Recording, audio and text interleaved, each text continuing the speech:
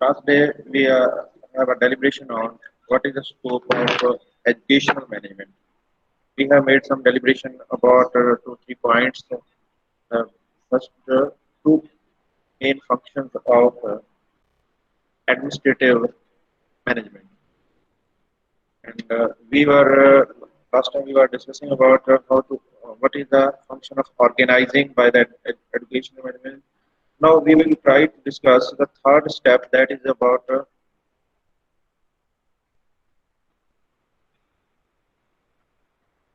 staffing.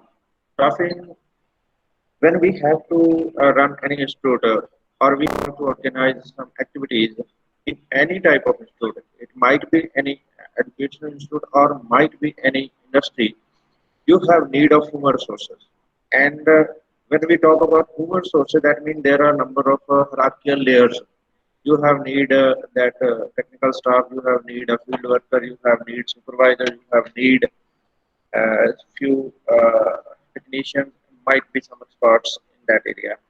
When we are operating that education institute, you have to appoint a number of persons. HODs are there, admin staff is there, lab attendants are there, technical staff is there.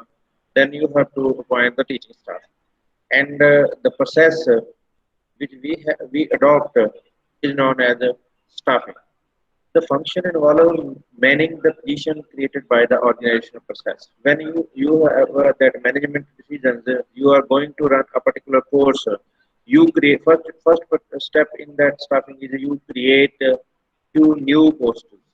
Might be if we want to that make addition in our existing courses, and we want to that add one more course, that is MA education, then we have to think about how much teaching staff we have to appoint and what type of their qualification will be. ਤਾਂ ਇਹ ਸਾਰਾ ਕੁਝ ਸਾਨੂੰ ਸੋਚਣਾ ਪੈਂਦਾ ਹੈ ਤੇ ਉਹਦੇ ਵਾਸਤੇ ਸਾਨੂੰ ਜਦੋਂ ਜਿਹੜੇ ਹੈਗੇ how to hire particular person or personals in for some specific task or responsibility, that is known as staffing. Coons ਜਿਹੜੇ ਹੈ ਔਰ ਉਹ ਡੈਨੀਅਲ ਉਹ ਇਸ ਨੂੰ ਬਹੁਤ ਹੀ ਅੱਛੇ ਢੰਗ ਨਾਲ ਜਿਹੜਾ ਹੈ ਐਕਸਪਲੇਨ ਕਰਦੇ ਆ. They say that staffing is a filling and keeping tiled positions in the organization structure through defining force work requirement, appraising their work, selecting them, compensating, and their training. Sir voice ਫੇਰ ਉਹੀ ਹੋ ਗਈ. ਜਦੋਂ ਅਸੀਂ ਡੋਨੀਅਲ ਦੀ ਜਿਹੜੀ definition ਹੈ ਉਸ ਨੂੰ ਐਨਾਲਾਈਜ਼ ਕਰਕੇ ਜਿਹੜਾ ਐਕਸਪਲੇਨ ਕਰਨ ਦੀ ਕੋਸ਼ਿਸ਼ ਕਰਦੇ ਹਾਂ ਤਾਂ ਉਹ ਕਹਿੰਦਾ ਹੈ first we have to fix keep the tile, ਮਤਲਬ first we have to create the post and then fill them the positions. ਪਹਿਲਾਂ ਸਾਨੂੰ ਕ੍ਰੀਏਟ ਕਰਨੀਆਂ ਨੇ, ਫਿਰ ਉਹਨਾਂ ਪੋਜੀਸ਼ਨਸ ਨੂੰ ਫਿਲ ਕਰਨਾ ਹੈ as per the definition of the structure of the organisation. ਜਿਵੇਂ ਦਾ ਸਟਰਕਚਰ ਹੋਵੇ, ਜੇ ਤੁਹਾਡੀ ਕੋਈ ਜਿਹੜੀ ਹੈ ਪਰਮਾਨੈਂਟ ਰੈਗੂਲਰ ਇੰਸਟੀਟਿਊਟ ਹੈ ਜਾਂ ਤੁਹਾਡੀ ਜਿਹੜੀ ਹੈ ਕੋਈ ਡਿਸਟੈਂਸ ਪ੍ਰੋਗਰਾਮ ਇੰਸਟੀਟਿਊਟ ਹੈ ਜਾਂ ਤੁਹਾਡੀ ਪਾਰਟ ਟਾਈਮ ਇੰਸਟੀਟਿਊਟ ਹੈ, according to their structure we have to create some posts and then we have to fill them by adopting a particular procedure, and then we have to assign them few duties. That is mean ke sanu kuch na kuch ਉਹਨਾਂ ਨੂੰ role assign ਕਰਨੇ ਹਨ, and when we assigning the role we have to observe, we have to supervise their functioning, their efficiency, and for that we have to do some appraising. ਹਰ ਜੇ ਇੱਕ ਵਾਰ ਅਸੀਂ staffing ਕਰਦੇ ਹਾਂ, it is not like ਕਿ ਅੱਜ ਕੱਲ੍ਹ ਜਿਵੇਂ ਅਸੀਂ ਪ੍ਰਾਈਵੇਟ ਸੈਕਟਰ 'ਚ ਹਾਂ, that is also too difficult, ਪਰ ਜਦੋਂ ਅਸੀਂ ਗਵਰਨਮੈਂਟ ਜੋਬ 'ਚ ਵੀ ਗੱਲ ਕਰੀਏ, there is always a appraisal of each and every employee. ਅਸੀਂ ਕਹਿੰਦੇ ਹਾਂ ਐਨੂਅਲ ਕੌਨਫੀਡੈਂਸ਼ੀਅਲ ਰਿਪੋਰਟਸ. ਹਰ ਜਿਹੜਾ ਤੁਹਾਡਾ ਟੀਚਰ ਜਾਂ ਹੈੱਡ ਹੈ ਉਹ ਇੱਕ ਕੌਨਫੀਡੈਂਸ਼ੀਅਲ ਰਿਪੋਰਟ ਲਿਖਦਾ ਹੈ, ਜਿਹਦੇ ਵਿੱਚ ਉਹ ਐਨੂਅਲ ਜਿਹੜੀ ਤੁਹਾਡੀ ਪਰਫੋਰਮੈਂਸ ਹੈ ਉਸਨੂੰ ਅਪਰੇਜ਼ ਕਰਦਾ ਹੈ. ਔਰ ਜਦੋਂ ਅਸੀਂ ਅਪਰੇਜ਼ ਕਰਦੇ ਹਾਂ, ਜੇਕਰ ਪ੍ਰਾਈਵੇਟ ਸੈਕਟਰ ਹੈ ਉੱਥੇ ਟਾਰਗੇਟ ਬੇਸਡ ਹੁੰਦਾ ਹੈ ਕਿ ਤੁਹਾਨੂੰ ਕੁਛ ਟਾਰਗੇਟ ਦਿੱਤੇ ਜਾਂਦੇ ਹਨ. If you are successful to achieve them, then you get some compensation in the form of we could say that incentives. If you are not able to, then you have to be penalized, ਤਾਂ ਤੁਹਾਨੂੰ ਕੁਛ ਨਾ ਕੁਛ ਸਜ਼ਾ ਮਿਲੇਗੀ. ਔਰ ਉਸ ਤੋਂ ਬਾਅਦ ਜਦੋਂ ਅਸੀਂ ਅਪਰੇਜ਼ਿੰਗ ਕਰਦੇ ਹਾਂ, then in the staffing we have to select him again. ਜੇਕਰ ਅੱਛਾ ਪਰਫਾਰਮਰ ਹੈ, ਜੇ ਇੰਪਲਾਈ ਐਫੀਸ਼ੀਐਂਟ ਹੈ, if the working is up to the mark, ਤਾਂ ਅਸੀਂ ਉਸਨੂੰ ਰੀਸਿਲੈਕਟ ਕਰਦੇ ਹਾਂ. Otherwise you have to drop in the next session. ਤਾਂ ਉਸ ਤੋਂ ਬਾਅਦ ਕੰਪਨਸੇਟਿੰਗ ਦੇ ਵਿੱਚ ਹੈ, you have to provide some motivational incentives. ਜਦੋਂ ਜੇ ਕੋਈ ਕੰਮ ਕਰ ਰਿਹਾ ਹੈ, ਜਿਵੇਂ ਸਰਤਾਜ ਕਹਿੰਦਾ ਹੈ ਕਿ 4 ਹੀ ਤਰੀਕਿਆਂ ਨਾਲ ਕਰੇ ਕੰਮ ਬੰਦਾ, ਹੈ ਨਾ, ਪਿਆਰ ਨਾਲ, ਸ਼ੌਂਕ ਨਾਲ, ਜਾਂ ਲਾਲਚ ਨਾਲ, ਤੇ ਜਾਂ ਫਿਰ ਡੰਡੇ ਨਾਲ। ਠੀਕ ਹੈ, ਤਾਂ ਅਸੀਂ ਉਹ ਕੰਪਨਸੇਟ ਕਰਨਾ ਹੈ ਜਿਸ ਪਰਸਨ ਦਾ ਜੋ ਕੈਲੀਬਰ ਹੋਵੇ। ਜੇ ਕੋਈ ਡੰਡੇ ਨਾਲ ਕੰਮ ਕਰਨ ਵਾਲਾ ਉਹਦੇ ਤੋਂ ਡੰਡੇ ਨਾਲ ਕਰਵਾ ਲਓ, ਜੇ ਕੋਈ ਵਾਈਸ ਮਤਲਬ ਦੇਰ ਹੌਬੀ ਕਰਨਾ ਚਾਹੁੰਦਾ, ਸ਼ੌਂਕ ਹੈ ਉਸ ਪਰਸਨ ਦਾ, ਤਾਂ ਉਹ ਆਪਣੇ ਆਪ ਹੀ ਬੈਸਟ ਪਰਫਾਰਮਰ ਹੋਏਗਾ। ਪਰ ਜੇ ਅਸੀਂ ਮਤਲਬ ਮੈਜੋਰਿਟੀ ਆਫ 50% ਲੋਕ ਇਸ ਤਰ੍ਹਾਂ ਦੇ ਹੁੰਦੇ ਆ ਜਿਹੜੇ ਕਹਿੰਦੇ ਕਿ ਸਾਨੂੰ ਕੀ ਮਿਲਣਾ। ਪੰਜਾਬੀਆਂ ਦੀ ਖਾਸ ਤੌਰ 'ਤੇ ਕਹਾਵਤ ਹੈ ਕਿ ਸਾਨੂੰ ਕੀ ਮਿਲਣਾ। ਜਿੰਨਾ ਚਿਰ ਤੁਸੀਂ ਉਹਨਾਂ ਨੂੰ ਕੰਪਨਸੇਟ ਨਾ ਕਰੋ, they will not perform for you. ਤਾਂ ਉਹ ਆਪਣੇ ਮੈਕਸਿਮਮ ਕਪੈਸਿਟੀ ਤੱਕ ਕੰਮ ਨਹੀਂ ਕਰਦੇ। ਤਾਂ ਅਸੀਂ ਉਹ ਕੰਪਨਸੇਸ਼ਨ ਦੀ ਗੱਲ ਇੱਥੇ ਕਰਦੇ ਹਾਂ। And every day we have to train our faculty to meet the new challenges and the changes which occur in the organizational structure। ਹੁਣ ਜਿਵੇਂ ਅੱਜ ਕੱਲ੍ਹ ਦੀ ਗੱਲ ਕਰਦੇ ਹਾਂ, ਮੈਂ ਹੁਣੇ ਦੇਖ ਰਿਹਾ ਸੀਗਾ, ਅਸੀਂ ਇੱਕ FDP ਜੁਆਇਨ ਕੀਤੀ ਹੈ, ਤੇ that was faculty development program. ਕਿ ਅਸੀਂ ਉਹਦੇ ਵਿੱਚ ਕੀ ਸਿੱਖ ਰਹੇ ਹਾਂ, we are learning number of new things which will help us to make our online presentations more interactive on the part of student। ਅਸੀਂ ਸਟੂਡੈਂਟ ਪਾਰਟ, ਜਦੋਂ ਸਟੂਡੈਂਟ ਸੈਂਟਰਡ ਐਜੂਕੇਸ਼ਨ ਦੀ ਗੱਲ ਕਰਦੇ ਹਾਂ, ਜੋ ਮੈਂ ਅੱਜ ਤੁਹਾਡੇ ਨਾਲ ਗੱਲ ਕਰ ਰਿਹਾ, ਹੋ ਸਕਦਾ 4 ਦਿਨਾਂ ਬਾਅਦ ਤੁਸੀਂ ਦੇਖੋ ਇਹਦੇ ਵਿੱਚ ਬਹੁਤ ਵੱਡੀਆਂ ਚੇਂਜਸ ਹੋਣਗੀਆਂ। You have to participate at every movement and every point of the lesson. ਇਸ ਟਾਈਮ 'ਤੇ ਮੈਂ ਬੋਲ ਰਿਹਾ ਯੂ ਆਲ ਆਰ ਆਈਡਲ, ਤਾਂ ਇਹ ਟ੍ਰੇਨਿੰਗ ਹੈ। ਤਾਂ ਜਦੋਂ ਹੀ ਆਨਲਾਈਨ ਕਲਾਸਿਸ ਆਈਆਂ, we all are in that fumbling stage ਕਿ what to do and how to do। ਸਾਨੂੰ ਪਤਾ ਹੀ ਨਹੀਂ ਅਸੀਂ ਕੀ ਕਰਨਾ ਹੈ ਤੇ ਕਿਵੇਂ ਕਰਨਾ ਹੈ। ਫਿਰ ਅਸੀਂ ਹੌਲੀ ਹੌਲੀ ਪਲੇਟਫਾਰਮਸ ਦੇ ਨਾਲ ਓਰੀਐਂਟ ਹੋਏ। ਫਿਰ ਸਾਨੂੰ ਮੀਟ ਅਪਰੇਟ ਕਰਨੀਆਂ ਆਈਆਂ। No we are searching for more, ਕਿ ਮਤਲਬ we are lacking something, we are missing something, we are not in position to enjoy our teaching. Because ਸਾਨੂੰ ਲੱਗਦਾ ਜੇ ਸਟੂਡੈਂਟ ਫੇਸ ਨਹੀਂ ਕਰ ਰਿਹਾ, and student is not also participating, he is not an active participant, and without active participation there might not be any learning। ਤਾਂ learning ਨਹੀਂ ਹੋਏਗੀ। ਤਾਂ ਇਸ ਕਰਕੇ ਸਾਨੂੰ ਜ਼ਰੂਰੀ ਹੈ ਕਿ ਅਸੀਂ ਆਪਣੇ ਉਹਨਾਂ ਲੈਸਨਸ ਨੂੰ ਇੰਟਰੈਕਟਿਵ ਬਣਾਈਏ, ਤੇ ਉਹਦੇ ਲਈ ਸਾਨੂੰ ਸਿੱਖਣਾ ਪਏਗਾ। Because nobody is that 100% perfect. ਕੋਈ ਹਰ ਗੁਰੂ ਨਾਨਕ ਨਹੀਂ ਹੁੰਦਾ ਕਿ ਸਾਰਾ ਕੁਝ ਸਿੱਖ ਕੇ ਆਏਗਾ। ਸਾਨੂੰ ਸਿੱਖਣਾ ਪਏਗਾ, ਤੇ ਸਿੱਖਣਾ ਕਿੱਥੋਂ ਪਏਗਾ? We have to search number of platform, ਤੇ ਉਹਦੇ ਵਾਸਤੇ ਸਾਨੂੰ ਟ੍ਰੇਨਿੰਗ ਦੇਣੀ ਹੈ। ਤਾਂ ਸਟਾਫਿੰਗ ਦੇ ਵਿੱਚ ਹਰ ਸਾਲ ਤੁਹਾਨੂੰ ਆਪਣੀ ਐਫੀਸ਼ੀਐਂਸੀ ਬਣਾ ਕੇ ਰੱਖਣ ਲਈ, ਉਹਨਾਂ ਦੀਆਂ ਸਕਿੱਲ ਇੰਪਰੂਵਮੈਂਟ ਲਈ, they have to orient with the new changes which are occurring in their field। we have to train them।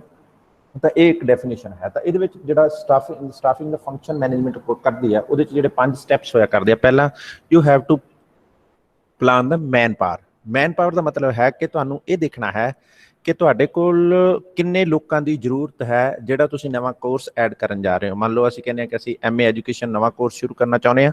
For that we have need HOD and what would be the qualification of that person.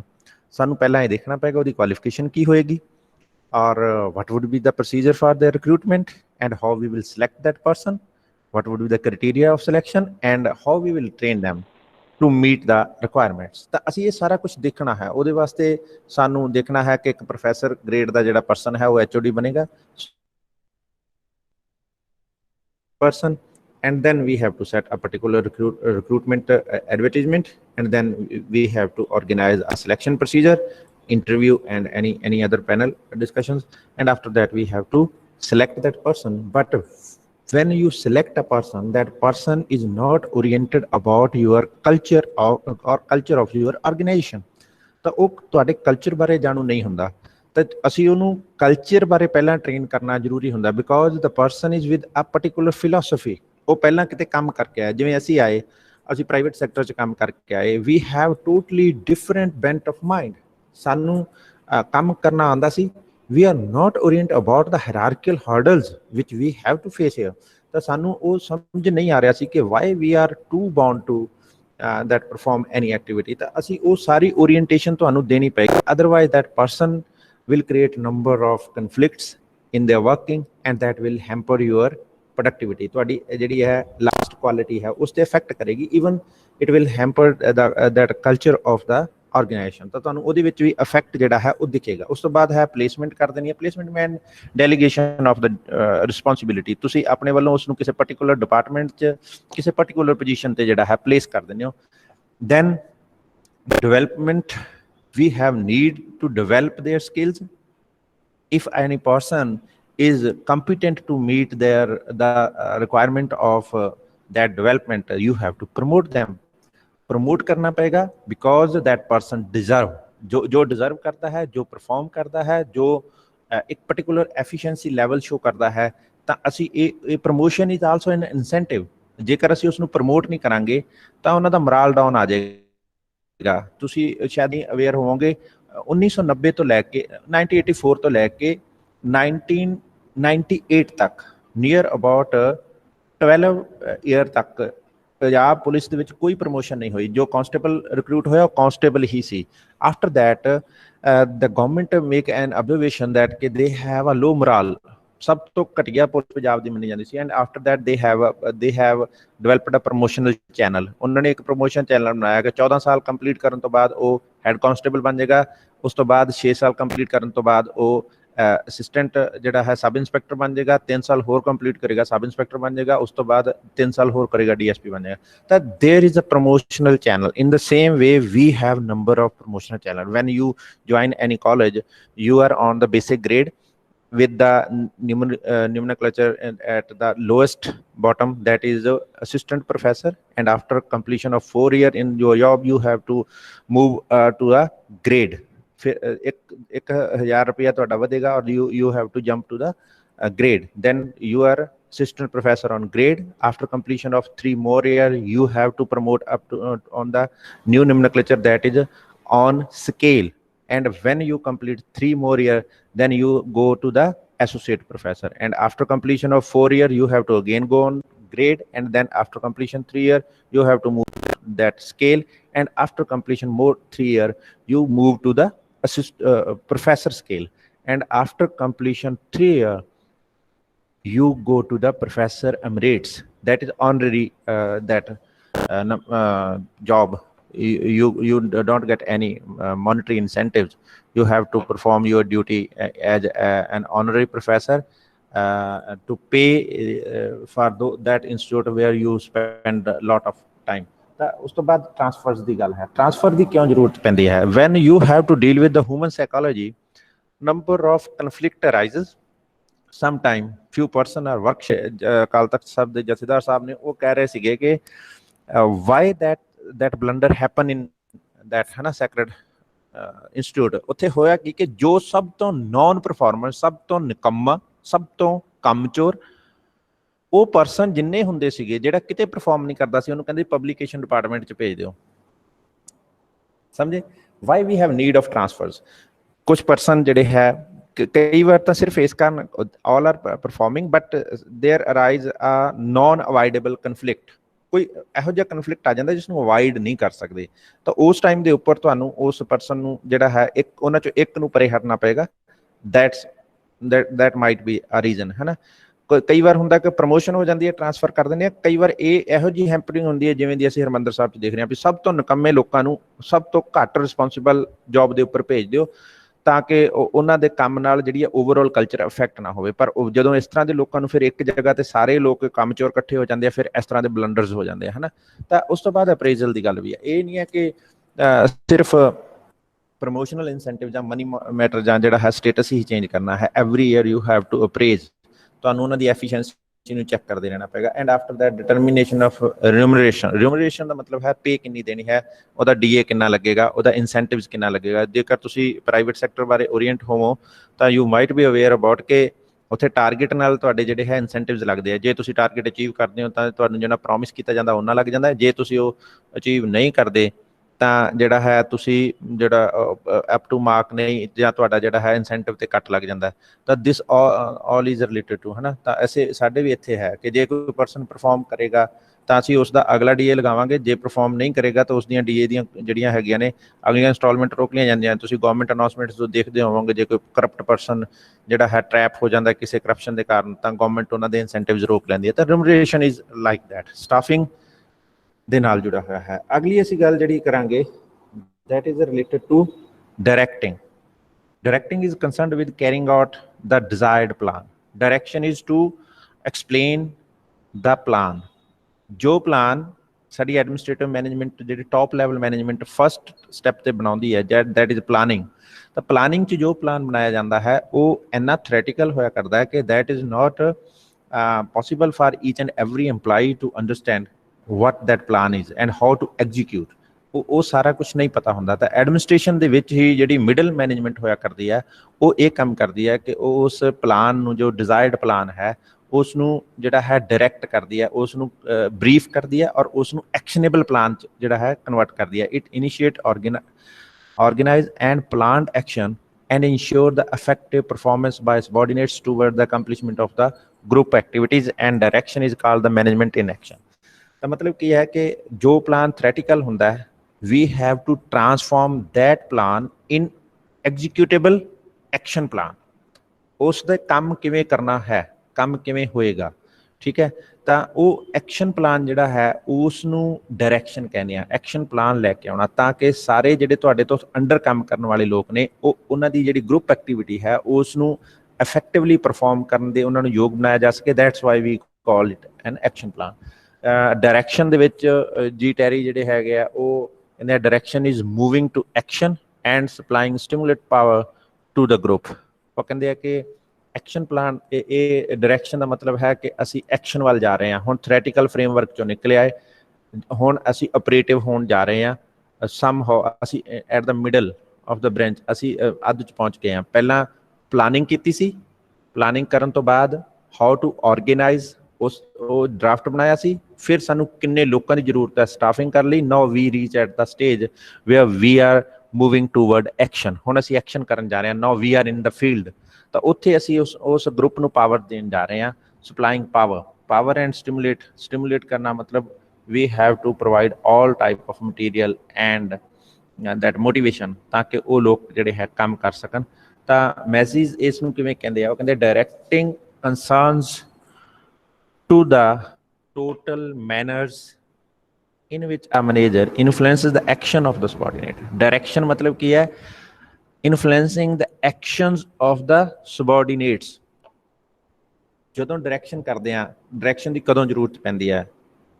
every time any manager or any principal have to observe their subordinates। ਉਹਨਾਂ ਨੂੰ ਕੰਮ ਕਰਦਿਆਂ ਦੇਖਣਾ ਹੁੰਦਾ ਹੈ ਔਰ ਉਹ ਹਰ ਤਰ੍ਹਾਂ ਨਾਲ ਕੀਨਲੀ ਅਬਜ਼ਰਵ ਕਰਦਾ ਹੈ ਕਿ ਕੌਣ ਪਰਸਨ, ਉਹਦੀਆਂ ਐਥਿਕਸ ਕਿਵੇਂ ਦੀਆਂ ਨੇ, ਉਹਦਾ ਵਰਕ ਸਟਾਈਲ ਕਿਵੇਂ ਦਾ ਹੈ, ਉਹਦੀ ਪਰਫਾਰਮੈਂਸ ਕੀ ਹੈ।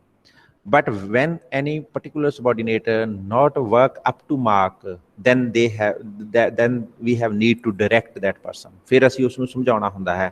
ਕਈ ਵਾਰ ਕੋਈ ਮੇਰੇ ਵਰਗੇ ਹੁੰਦੇ ਜਿਹੜੇ ਬਹੁਤ ਪਲਾਨਡ ਨਹੀਂ ਹੁੰਦੇ ਹੈ ਤੇ ਉਹ ਹਰ ਟਾਈਮ ਆਪਣੇ ਬਣਾਈ ਸਕੀਮ ਦੇ ਵਿੱਚ ਹੀ ਉਲਝੇ ਰਹਿੰਦੇ ਆ ਤੇ ਉਹ ਉਸ ਨੂੰ ਐਗਜ਼ੀਕਿਊਟ ਨਹੀਂ ਕਰ ਪਾਉਂਦੇ। ਤਾਂ ਉਸ ਟਾਈਮ ਦੇ ਉੱਪਰ ਵੀ ਹੈਵ ਟੂ ਡਾਇਰੈਕਟ, ਉਸ ਨੂੰ ਦੱਸਣਾ ਪਏਗਾ ਪਾਥ ਕੀ ਹੈ। ਤਾਂ ਉਹ ਇੱਕ ਰੋਲ ਜਿਹੜਾ ਹੈ ਉਹ ਰਹਿੰਦਾ ਹੈ ਤਾਂ ਕਿ ਜਿਹੜਾ ਹੈ ਅਸੀਂ ਜਿਹੜਾ ਆਪਣੇ ਟਾਰਗੇਟ ਨੂੰ ਅਚੀਵ ਕਰ ਸਕੇ। ਇਹਦੇ ਵਿੱਚ ਸਾਨੂੰ ਕਰਨਾ ਕੀ ਹੁੰਦਾ ਹੈ, ਇਹ ਡਾਇਰੈਕਸ਼ਨ ਦੇ ਵਿੱਚ ਸਾਨੂੰ 4 ਕੰਮ ਜਿਹੜੇ ਨੇ ਉਹ ਕਰਨੇ ਹੁੰਦੇ ਆ। ਤੁਹਾਨੂੰ ਪਹਿਲਾਂ ਵੀ ਦੱਸਿਆ ਸੀ ਡਾਇਰੈਕਸ਼ਨ ਜਿਹੜੇ ਹੈਗੇ ਆ ਉਹ 3-4 ਸਟੈਪਸ ਤੇ ਕੀਤੀ ਜਾਂਦੀ ਹੈ। ਪਹਿਲਾ ਹੈ ਲੀਡਰਸ਼ਿਪ, ਠੀਕ ਹੈ। ਦੂਸਰਾ ਹੈ ਕਮਿਊਨੀਕੇਸ਼ਨ, ਤੀਸਰਾ ਹੈ ਮੋਟੀਵੇਸ਼ਨ ਐਂਡ ਦੈਨ ਸੁਪਰਵਿਜ਼ਨ। ਜਦੋਂ ਵੀ ਕੋਈ ਜਿਹੜੀ ਹੈ ਲੜਾਈ ਲੜੀ ਜਾਂਦੀ ਹੈ ਤਾਂ ਉਹਦੇ ਵਿੱਚ ਜਿਹੜਾ ਲੀਡਰ ਦਾ ਰੋਲ ਹੈ ਉਹ ਬਹੁਤ ਵੱਡਾ ਰਹਿੰਦਾ ਹੈ। ਅਸੀਂ ਲੀਡ ਕਰਨਾ ਹੈ। ਲੀਡ ਕਿਉਂ ਕਰਨ ਦੀ ਜ਼ਰੂਰਤ ਹੈ? Because you are more experienced being a principal, being administrator head ਔਰ HOD। ਤੁਹਾਨੂੰ ਲੀਡ ਕਰਨਾ ਹੈ ਫਰੰਟ ਤੋਂ।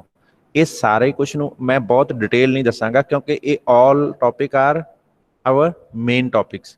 ਅਗਲੇ ਪਾਰਟ ਦੇ ਵਿੱਚ ਅਸੀਂ ਇਹ ਦੁਬਾਰਾ ਡਿਸਕਸ ਕਰਨਾ ਹੈ। What is leadership, what are the ways of communication and how you could motivate the person, why we have need of supervision, ਜਿਹਨੂੰ ਅਸੀਂ ਅਪਰੇਜ਼ਲ ਕਹਿੰਦੇ ਹਾਂ। ਤਾਂ ਅਸੀਂ ਇਹ ਸਾਰਾ ਉੱਥੇ ਡਿਸਕਸ ਕਰਾਂਗੇ। ਜਨਰਲ ਟਰਮਸ 'ਚ ਤੁਸੀਂ ਸਮਝ ਰਹੇ ਹੋਵੋਗੇ ਕਿ ਕਮਿਊਨੀਕੇਟ ਕਰਨ ਦੀ ਕਿਉਂ ਜ਼ਰੂਰਤ ਹੁੰਦੀ ਹੈ। When you plan something you have to convey that idea, ਠੀਕ ਹੈ। ਜੋ ਅਸੀਂ ਐਕਸ਼ਨਸ ਲੈਂਦੇ ਆ ਉਹ ਵੀ ਕਨਵੇ ਕਰਨੇ ਪੈਂਦੇ ਆ, ਜੋ ਅਸੀਂ ਜਿਹੜੀਆਂ ਡਾਇਰੈਕਸ਼ਨਸ ਦੇਣੀਆਂ ਹੁੰਦੀਆਂ ਉਹ ਵੀ, ਜੋ ਇੰਸਟਰਕਸ਼ਨ ਦੇਣੀਆਂ ਹੁੰਦੀਆਂ ਉਹ ਵੀ, ਤੇ ਜੋ ਅਸੀਂ ਕੋਈ ਪਲਾਨਿੰਗ ਕਰਦੇ ਹਾਂ ਉਹ ਸਾਰੀ ਕਮਿਊਨੀਕੇਟ ਕਰਨੀ ਪੈਂਦੀ ਹੈ। ਮੋਟੀਵੇਸ਼ਨ ਦੀ ਅਸੀਂ ਪਹਿਲਾਂ ਵੀ ਗੱਲ ਕੀਤੀ ਹੈ। ਮੋਟੀਵੇਸ਼ਨ 4 ਹੀ ਤਰੀਕੇ ਨਾਲ ਕੰਮ ਕਰੇ ਬੰਦਾ ਵਾਲੀ ਗੱਲ ਯਾਦ ਰੱਖਿਓ। ਉਹ ਹਮੇਸ਼ਾ ਜਦੋਂ ਮੋਟੀਵੇਸ਼ਨ ਆਏਗੀ ਆਪਾਂ ਗੱਲ ਕਰਾਂਗੇ। ਨਾਲ ਦੀ ਨਾਲ ਇੱਕ ਮੋਟੀਵੇਸ਼ਨ ਇਸ ਕਾਰਨ ਵੀ ਰਹਿੰਦੀ ਹੈ ਕਿ ਕਈ ਵਾਰ ਜਿਹੜਾ ਹੈ ਕਨਫਲਿਕਟ ਹੁੰਦੇ ਆ ਤਾਂ ਮੋਰਾਲ ਡਾਊਨ ਹੋ ਜਾਂਦਾ। ਕਈ ਵਾਰ when we face number of failures ਤਾਂ ਮੋਰਾਲ ਡਾਊਨ ਹੋ ਜਾਂਦਾ ਹੈ। ਮੈਂ ਤੁਹਾਨੂੰ ਇੱਕ ਛੋਟੀ ਜਿਹੀ ਸਟੋਰੀ ਸੁਣਾ ਦਿੰਦਾ, ਫਿਰ ਆਪਾਂ ਅੱਗੇ ਚੱਲਦੇ ਹਾਂ। ਜਦੋਂ ਅਬੁਲ ਕਲਾਮ ਆਜ਼ਾਦ ਕਹਿੰਦੇ ਕਿ ਜਦੋਂ ਪਹਿਲੀ ਵਾਰ ਅਸੀਂ ਜਿਹੜਾ ਹੈ ਸੈਟੇਲਾਈਟ ਲਾਂਚ ਕਰਨਾ ਸੀਗਾ ਤੇ ਉਸ ਟਾਈਮ ਦੇ ਉੱਪਰ ਜਿਹੜਾ ਪਰਸਨ ਕਹਿੰਦੇ ਕਿ ਮੈਂ ਉਹਨਾਂ ਦੇ ਅੰਡਰ ਕੰਮ ਕਰ ਰਿਹਾ ਸੀਗਾ ਤੇ ਉਹਨਾਂ ਨੇ ਕਿਹਾ ਕਿ you have to lead from the front, ਤੁਸੀਂ ਇਸ ਨੂੰ ਐਗਜ਼ੀਕਿਊਟ ਕਰਵਾਓ।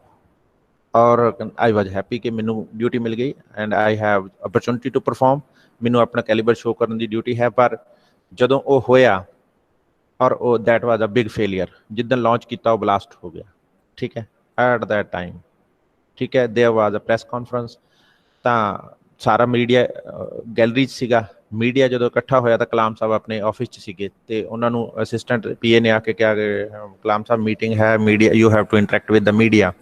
ਤਾਂ ਕਹਿੰਦੇ ਮੈਂ ਆਪਣੇ ਹੈੱਡ ਨੂੰ ਜਿਹੜਾ ਹੈ ਕਾਲ ਕਰ ਲਿਆ। ਮੈਂ ਉਹਨਾਂ ਨੂੰ ਪੁੱਛਿਆ ਕਿ ਵੀ ਇਸ ਤਰ੍ਹਾਂ ਮੀਡੀਆ ਕਾਨਫਰੰਸ ਆ। ਉਹ ਕਹਿੰਦੇ wait, I am on the way, ਮੈਂ ਆ ਰਿਹਾ, ਮੈਂ ਮੀਡੀਆ ਨੂੰ ਜਿਹੜਾ ਹੈ ਇੰਟਰੈਕਟ ਕਰਾਂਗਾ। ਤਾਂ ਉਸ ਟਾਈਮ 'ਤੇ ਉਹ ਕਹਿੰਦੇ ਕਿ ਉਹਨਾਂ ਨੇ ਕਿਹਾ ਆਲ I took all the responsibility. Head ने आके क्या, I took all the responsibility. My employees, my subordinates have worked up to the mark. They have performed very well. All which happen is my responsibility. मैं responsibility लेना। उस तो बाद they all are demotivated, but they have that feeling that we have a best leader. ਤਾਂ ਉਹਨੇ front ਤੋਂ ਆ ਕੇ ਆਪਣੀ responsibility ਲਈ। ਉਸ ਤੋਂ ਬਾਅਦ second plan ਵਾਸਤੇ ਜਦੋਂ ਗਏ, ਇੰਦਰਾ ਗਾਂਧੀ ਨੇ ਕਿਹਾ ਕਿ ਕਿੰਨੀ ਡਿਮਾਂਡ ਹੈ, ਉਹਨਾਂ ਨੇ ਕਿਹਾ 600 ਕਰੋੜ। ਕਹਿੰਦੀ 800 ਕਰੋੜ ਦਿੰਨੀ ਆ, ਪਰ ਸਕਸੈਸ ਹੋਣੀ ਚਾਹੀਦੀ ਹੈ। Second time when they got the success in launching that satellite and again Kalam Sahib call to the again there is a press conference. ਉਹ ਕਹਿੰਦੇ no it is your time. ਤਾਂ ਮੋਟੀਵੇਸ਼ਨ ਦੀ ਕਦੋਂ ਜ਼ਰੂਰਤ ਪੈਂਦੀ ਹੈ? ਜਦੋਂ ਫੇਲੀਅਰ ਹੋਵੇ ਲੀਡਰ ਲੀਡ ਤੋਂ ਆਵੇ, ਜਦੋਂ ਸਕਸੈਸ ਹੋਵੇ ਸਕਸੈਸ ਯੂਅਰਸ। ਤਾਂ ਸਬੋਰਡੀਨੇਟਸ ਨੂੰ ਮੋਟੀਵੇਟ ਐਵੇਂ ਵੀ ਕੀਤਾ ਜਾਂਦਾ, ਜ਼ਰੂਰੀ ਨਹੀਂ ਹੈ ਕਿ ਅਸੀਂ ਇਨਸੈਂਟਿਵਜ਼ ਹੀ ਦੇਣੇ ਆ। ਜਦੋਂ ਉਹ ਕੁਛ ਅਚੀਵ ਕਰ ਲੈਣ ਤਾਂ ਜਿਹੜੀ ਹੈ ਖੁਸ਼ੀ ਅਤੇ ਜਿਹੜੇ ਹੈ ਜਿਹੜਾ ਜਿਹਨੂੰ ਟਾਈਟਲ ਜਾਂ ਜਿਹਨੂੰ ਕਹਿੰਦੇ ਓਨਰ, ਉਹ ਜਦੋਂ ਆਪ ਰਿਸੀਵ ਕਰਨ ਤਾਂ ਉਹ ਵੀ ਮੋਟੀਵੇਸ਼ਨ ਹੈ। ਉਸ ਤੋਂ ਬਾਅਦ ਸੁਪਰਵਿਜ਼ਨ ਦੀ ਗੱਲ ਹੈ, ਇਹ ਆਪਾਂ ਅੱਗੇ ਵੀ ਕਰਾਂਗੇ। ਫਿਫਥ ਸਟੈਪ ਜਿਹੜਾ ਹੈ ਇਹਦੇ ਵਿੱਚ ਰਹਿੰਦਾ ਹੈ, that is about coordinating. Coordination is must and most important function of the management. It is essential to channelize the activities of the various individuals in the organization as well as the various departments and the section to given to achieve the given targets, and they should concentrate only on their work, so should not bother about the work of other organs. ਉਹ ਕਹਿੰਦੇ ਕਿ leader ਦਾ ਕੀ role ਹੈ? Leader ਕੋਲ ਬਹੁਤ ਸਾਰੇ departments ਨੇ, ਉਹਨੇ ਸਾਰੇ ਡਿਪਾਰਟਮੈਂਟਸ ਨੂੰ ਆਪਣੀ ਆਪਣੀ ਰਿਸਪੌਂਸਿਬਿਲਿਟੀ ਦਿੱਤੀ ਹੈ, ਪਰ ਉਸ ਨੂੰ ਜਿਹੜਾ ਹੈ ਕੋਆਰਡੀਨੇਸ਼ਨ ਦੀ ਜ਼ਰੂਰਤ ਰਹੇਗੀ ਤਾਂ ਕਿ ਅਸੀਂ ਜਿਹੜਾ ਹੈ ਵੇਸਟੇਜ ਨੂੰ ਘੱਟ ਕਰ ਸਕੀਏ ਔਰ ਮੈਕਸੀਮਮ ਅਚੀਵ ਕਰ ਸਕੀਏ ਔਰ ਅਸੀਂ ਜਿਹੜਾ ਹੈ ਅਪ ਟੂ ਮਾਰਕ ਜਿਹੜਾ ਹੈ ਉਹ ਪਰਫਾਰਮ ਕਰ ਪਾਈਏ। ਇਸ ਦੇ ਲਈ ਸਾਰੇ ਔਰਗੇਨਸ, ਸਾਰੇ ਲੋਕਾਂ ਦੀ ਇੱਕ ਲਾਈਨ ਦੇ ਵਿੱਚ ਜਿਹੜਾ ਐਕਸ਼ਨ ਹੈ ਉਸ ਨੂੰ ਕੋਆਰਡੀਨੇਟ ਕਰਨ ਦੀ ਜ਼ਰੂਰਤ ਰਹਿੰਦੀ ਹੈ। ਮੈਂ ਆਮ ਐਗਜ਼ਾਮਪਲ ਦਿੰਦਾ ਕਿ ਸਾਡੇ ਪਿੰਡਾਂ ਦੀ ਸਮੱਸਿਆ ਹੈ ਕਿ ਪਹਿਲਾਂ ਤਾਂ ਸੜਕਾਂ ਉੱਥੇ ਬਣਦੀਆਂ ਨਹੀਂ ਹੈ, ਜਿੱਦਣ ਬਣਦੀਆਂ ਨੇ ਅੱਜ ਪ੍ਰੀਮਿਕਸ ਪੈ ਰਿਹਾ ਹੁੰਦਾ, ਅਗਲੇ ਦਿਨ ਦੋ ਡਿਪਾਰਟਮੈਂਟ ਸਾਡੇ ਵੱਡੇ ਦੁਸ਼ਮਣ ਨੇ। ਇੱਕ ਤਾਂ ਜਿਹੜੇ ਸੈਨੀਟਾਈਜ਼ੇਸ਼ਨ ਵਾਲੇ ਨੇ, ਜਿਹੜੇ ਵਾਟਰ ਸਪਲਾਈ ਦਿੰਦੇ ਨੇ ਜਾਂ ਜਿਹੜੇ ਗਲੀਆਂ ਨਾਲੀਆਂ ਬਣਾਉਂਦੇ ਨੇ, ਤੇ ਦੂਸਰਾ ਜਿਹੜੇ ਆ ਟੈਲੀਫੋਨ ਲਾਈਨਾਂ ਵਾਲੇ ਨੇ, ਇਹ ਅਗਲੇ ਦਿਨ ਪੁੱਟਣ ਲੱਗ ਜਾਂਦੇ ਨੇ ਬਿਕੋਜ਼ ਦੇ ਡੋਂਟ ਹੈਵ ਐਨੀ ਕੋਆਰਡੀਨੇਸ਼ਨ। ਉਹਨਾਂ ਡਿਪਾਰਟਮੈਂਟਸ ਨੂੰ ਇਹ ਨਹੀਂ ਪਤਾ ਕਿ ਜੇ 2 ਦਿਨ ਪਹਿਲਾਂ ਅਸੀਂ ਇਹੀ ਜਿਹੜੀ ਹੈ ਪਾਈਪ ਪਾ ਦਿੰਦੇ ਤਾਂ ਸੜਕ ਜਿਹੜੀ ਹੈ ਉਹਦੀ ਏਜ ਜਿਹੜੀ ਹੈ ਲੰਬੀ ਹੋ ਜਾਂਦੀ। ਤਾਂ ਇੱਕ ਤਾਂ ਉਹ ਸੜਕ ਜਿਹੜੀ ਹੈ ਬਣੀ ਹੈ ਉਹ ਡੈਮੇਜ ਹੋ ਗਈ, ਉਹਦੀ ਕੁਆਲਿਟੀ ਖਰਾਬ ਹੋ ਗਈ। ਦੂਸਰਾ ਅਸੀਂ ਜਿਹੜਾ ਹੁਣੇ ਪੈਸਾ ਲਗਾਇਆ ਸੀ ਉਹ ਵੇਸਟ ਚਲਾ ਗਿਆ। Now we have again need to that reconstruct, ਤਾਂ ਫਿਰ ਉਹ ਦੁਬਾਰਾ ਕਰਨਾ ਪਏਗਾ। ਤਾਂ ਇਸ ਲਈ ਜ਼ਰੂਰੀ ਰਹਿੰਦਾ ਹੈ ਕਿ ਜਦੋਂ ਤੁਸੀਂ ਇੱਕ ਹੈਡ ਦੇ ਤੌਰ 'ਤੇ ਕੰਮ ਕਰ ਰਹੇ ਹੋ, you have to perform very well, ਕਿ ਤੁਹਾਨੂੰ ਹਰ ਟਾਈਮ 'ਤੇ ਅਬਜ਼ਰਵ ਕਰਦੇ ਰਹਿਣਾ ਹੋਏਗਾ ਅਤੇ ਸਾਰੇ ਲੋਕਾਂ ਦੇ ਐਕਸ਼ਨ ਜਿਹੜੇ ਨੇ ਉਹਨਾਂ ਨੂੰ ਇੱਕ ਚੈਨਲ 'ਚ ਲੈ ਕੇ ਜਾਣਾ ਪਏਗਾ ਤਾਂ ਕਿ ਤੁਸੀਂ ਪਰਫਾਰਮ ਜਿਹੜੀ ਹੈ ਅਚੀਵ ਕਰ ਸਕੋ ਟਾਰਗੇਟ। ਅਗਲੀ ਗੱਲ ਜਿਹੜੀ ਇਹਦੇ ਵਿੱਚ ਹੈ ਕਿ ਟੀਮ ਸਪਿਰਿਟ ਬਹੁਤ ਜ਼ਿਆਦਾ ਜ਼ਰੂਰੀ ਹੈ। ਅਸੀਂ ਡਾਲਟਨ ਮੈਕਫਰਲੈਂਡ ਇਹਨਾਂ ਦੀ ਡੈਫੀਨੇਸ਼ਨ ਸਮਝਣ ਦੀ ਕੋਸ਼ਿਸ਼ ਕਰਦੇ ਹਾਂ ਕਿ what is coordination as the process whereby an executive develops an orderly pattern of group efforts among his subordinates and secure unity of action in the pursuit of common purpose.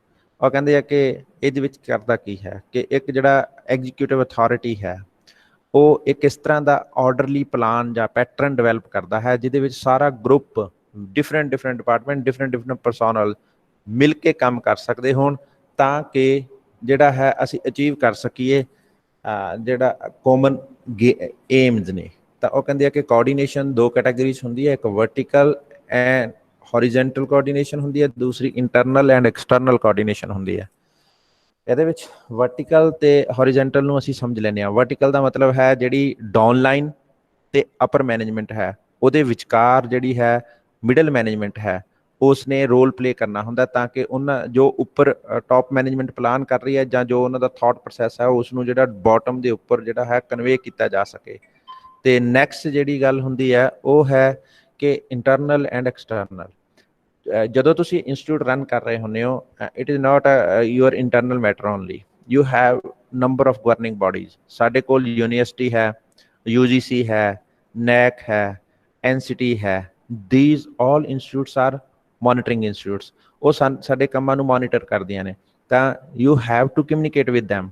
ਜਦੋਂ ਕੋਈ ਜਿਹੜਾ ਹੈ report demand ਕੀਤੀ ਜਾਏਗੀ you have to provide that, ਠੀਕ ਹੈ।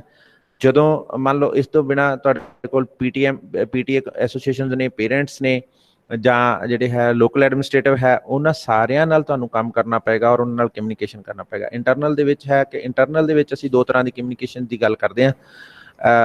ਇੱਕ ਹੁੰਦੀ ਹੈ ਕਿ ਜਿਹੜੀ ਕਲਾਸਰੂਮ ਕਮਿਊਨੀਕੇਸ਼ਨ ਹੈ, ਦੂਸਰੀ ਹੈ ਜਿਹੜੀ ਇੰਪਲਾਈਜ਼ ਦੀ ਕਮਿਊਨੀਕੇਸ਼ਨ ਹੈ। ਉਹ ਅਸੀਂ ਕਮਿਊਨੀਕੇਸ਼ਨ ਚੈਨਲ 'ਚ ਬਹੁਤ ਡਿਟੇਲਡ ਪੜਾਂਗੇ, ਇਸ ਕਰਕੇ ਇਹਨੂੰ ਅਸੀਂ ਇੱਥੇ ਨਹੀਂ ਜਿਹੜਾ ਹੈ ਗੱਲ ਕਰਦੇ। ਤਾਂ ਕੋਆਰਡੀਨੇਸ਼ਨ ਸਾਰੀ ਜਗ੍ਹਾ ਦੀ ਜ਼ਰੂਰਤ ਹੈ। ਅਗਲੀ ਗੱਲ ਜਿਹੜੀ ਹੈ ਉਸ ਨੂੰ ਅਸੀਂ ਕਹਿੰਦੇ ਹਾਂ last point, that is controlling. ਤਾਂ ਕੰਟਰੋਲਿੰਗ ਜਿਹੜਾ ਹੈ can be defined as a determining what is being accomplished, that is evaluative the performance, and if necessarily applying the corrective measures so that the performance take place according to the plan।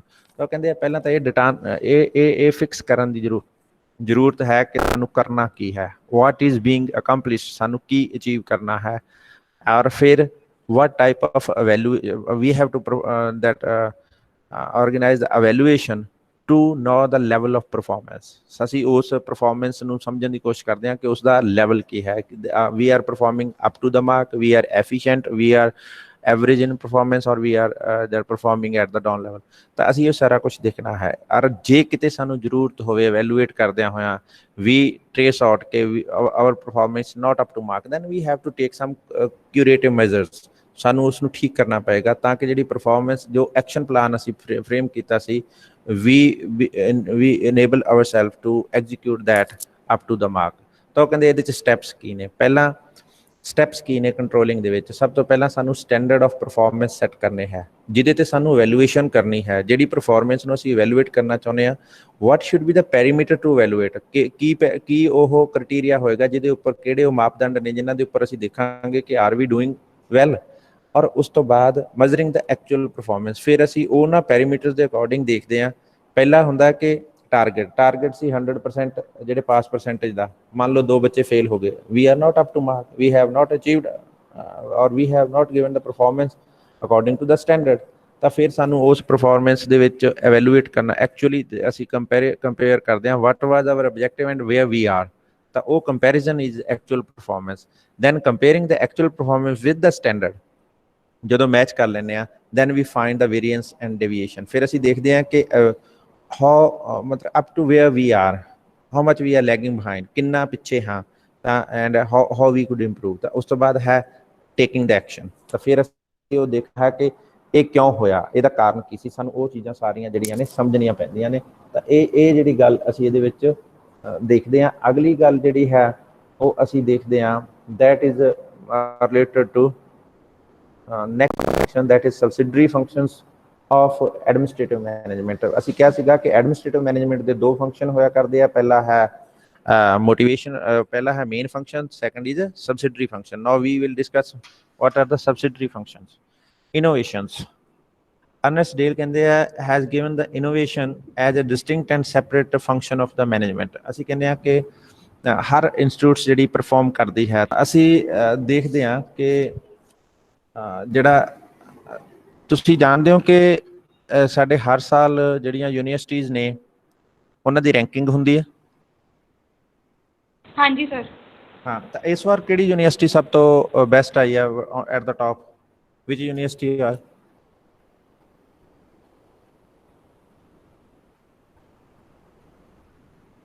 Hello,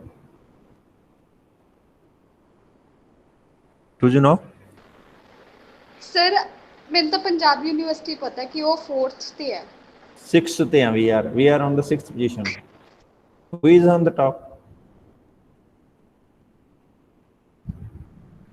ਹਰ ਸਾਲ ਵੈਸੇ ਕੌਣ ਆਉਂਦੀ ਹੈ? Do you have any idea? ਚਲੋ ਹਰ ਸਾਲ Jawahar Lal Nehru university ਜਿਹੜੀ ਹੈ ਕਾਮਰੇਡਾਂ ਦੀ university ਹੈ ਉਹ ਟੌਪ ਤੇ ਆਉਂਦੀ ਹੈ ਹਰ ਸਾਲ, ਜਿੱਥੇ ਕਨਈਆ ਕੁਮਾਰ ਜਾਣਦੇ ਹੋਵੋਗੇ ਜਿਹੜਾ ਇੱਕ ਬਹੁਤ ਹੀ ਅੱਜ ਕੱਲ੍ਹ ਫੇਸਬੁੱਕ ਤੇ ਐਕਟਿਵ ਹੈ, ਉਹ ਸਟੂਡੈਂਟ ਪ੍ਰੈਜ਼ੀਡੈਂਟ ਰਿਹਾ ਤੇ ਉਹ ਉੱਥੋਂ ਦੀ ਪ੍ਰੋਡਕਸ਼ਨ ਹੈਗੀ ਹੈ। ਔਰ ਇਸ ਵਾਰ ਜਿਹੜੀ ਹੈ ਜਾਮੀਆ ਮਿਲੀਆ ਇਸਲਾਮੀਆ ਯੂਨੀਵਰਸਿਟੀ ਆਈ, ਇਹ ਉਹ ਇੰਸਟੀਚਿਊਟਸ ਨੇ ਸਾਰੇ ਪਹਿਲੇ ਟੌਪ 4 ਉਹ ਇੰਸਟੀਚਿਊਟਸ ਨੇ ਜਿਨ੍ਹਾਂ ਤੇ ਭਾਜਪਾ ਅੱਜ ਕੱਲ੍ਹ ਅਟੈਕ ਕਰ ਰਹੀ ਹੈ, ਜਿਨ੍ਹਾਂ ਦੇ ਸਟੂਡੈਂਟਸ ਨੂੰ ਮਾਰਿਆ ਜਾ ਰਿਹਾ ਕਿ ਉੱਥੇ ਨੈਸ਼ਨਲਿਸਟ ਜਾਂ ਉੱਥੇ ਦੇਸ਼ ਧਰੋਹੀ ਲੋਕ ਬੈਠੇ ਆ ਤੇ ਜਾਂ ਉਹ ਪਰਫਾਰਮ ਨਹੀਂ ਕਰ ਰਹੇ। ਤਾਂ ਉਹਨਾਂ ਦੇ ਇਹ ਅਚੀਵ ਕਰਨ ਦਾ ਕਾਰਨ ਕੀ ਹੈ? ਉਹਨਾਂ ਦਾ ਅਚੀਵ ਕਰਨ ਦਾ ਕਾਰਨ ਕੀ ਹੈ? ਉਹਨਾਂ ਦਾ ਸਿਸਟਮ, ਉਹਨਾਂ ਦਾ ਪ੍ਰੋਸੀਜਰ, ਉਹਨਾਂ ਦਾ ਮੈਥਡ, ਉਹਨਾਂ ਦੀ ਟੈਕਨੀਕ ਔਰ ਉਹਨਾਂ ਦਾ ਪ੍ਰੋਡਕਟ। ਸਭ ਤੋਂ ਜ਼ਿਆਦਾ IAS ਜਵਾਹਰ ਲਾਲ ਨਹਿਰੂ ਯੂਨੀਵਰਸਿਟੀ ਚੋਂ ਨਿਕਲਦੇ ਨੇ, ਇਸ ਵਾਰ ਜਾਮੀਆ ਮਿਲੀਆ ਚੋਂ ਨਿਕਲੇ ਨੇ। ਤਾਂ ਇਹ ਕੀ ਹੈ? ਦੇ ਵਰਕ ਔਨ ਇਨੋਵੇਟਿਵ ਮੈਥਡਸ। ਉਹਨਾਂ ਦੇ ਮੈਥਡ ਇਨੋਵੇਟਿਵਸ ਨੇ, ਉਹਨਾਂ ਦੀ ਰਿਸਰਚ ਅਪ ਟੂ ਮਾਰਕ ਹੈ। ਜੇ ਕਿਸੇ ਰਿਸਰਚ ਦੀ ਕ੍ਰੈਡੀਬਿਲਿਟੀ ਹੈ ਇੰਡੀਆ 'ਚ ਤਾਂ ਉਹ ਸਿਰਫ ਜਵਾਹਰ ਲਾਲ ਨਹਿਰੂ ਯੂਨੀਵਰਸਿਟੀ ਤੇ ਜਾਮੀਆ ਮਿਲੀਆ ਯੂਨੀਵਰਸਿਟੀ ਦੀ ਹੈ, otherwise we all are doing copy cut paste. ਠੀਕ ਹੈ, ਤਾਂ ਅਸੀਂ ਇਹ ਦੇਖਦੇ ਹਾਂ, ਤੁਸੀਂ ਹੁਣ ਕਰ ਹੀ ਰਹੇ ਹੋ ਰਿਸਰਚ, ਤੁਹਾਨੂੰ ਆਪਣੇ ਆਪ ਸਮਝ ਆ ਜਾਣੀ ਹੈ ਵੇਅਰ ਵੀ ਸਟੈਂਡ, ਸਾਡਾ ਕੀ ਪੈਟਰਨ ਹੈ, ਕੀ ਸਟੈਂਡਰਡ ਹੈ ਸਾਡਾ। ਤਾਂ ਇਨੋਵੇਸ਼ਨ ਕੀ ਹੈ? ਅੱਜ ਕੱਲ੍ਹ ਅਸੀਂ ਇੱਕ ਰਿਪੋਰਟ ਪੜ੍ਹ ਰਹੇ ਸੀ ਕਿ ਵੀ as a Punjab university we stand at 6th position in the ranking.